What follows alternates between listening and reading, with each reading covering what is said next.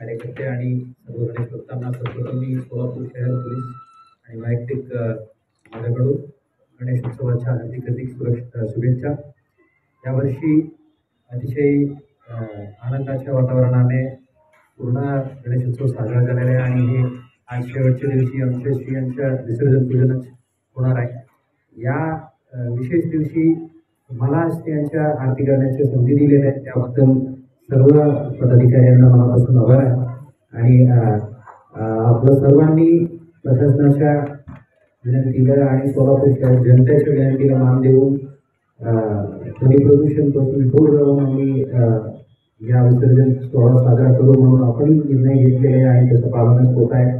त्याबद्दल विशेष अभिनंदन आणि आभार व्यक्त करतो मी।